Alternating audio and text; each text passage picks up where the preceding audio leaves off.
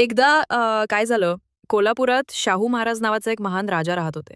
ते फक्त धाडसीच नव्हते, तर दयाळू आणि सर्वांची समान न्याय करणारे होते.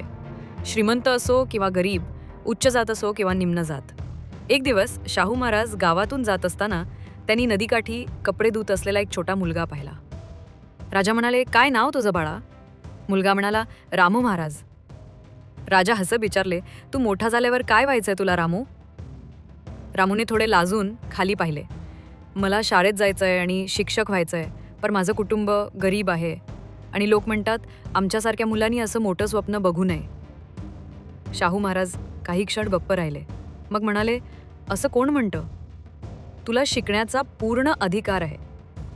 त्या दिवशीच शाहू महाराजांनी एक आदेश दिला. प्रत्येक मुलाला, तो कुठल्याही कुटुंबातून आला असेल, शिकण्याची संधी मिळाली पाहिजे.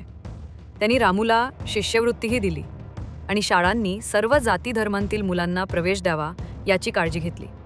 अनेक वर्षांनी रामू एक आदरणीय शिक्षक झाला आणि तो नेहमी आपल्या विद्यार्थ्यांना त्या राजाबद्दल सांगायचा, ज्याने त्याच्यावर विश्वास ठेवला होता. खरे नेतृत्व हे जे इतरांना उंचावते. प्रत्येकाला शिकण्याची आणि प्रगती करण्याची संधी मिळायला हवी, मग तो कोणत्याही जाती धर्माचा असो.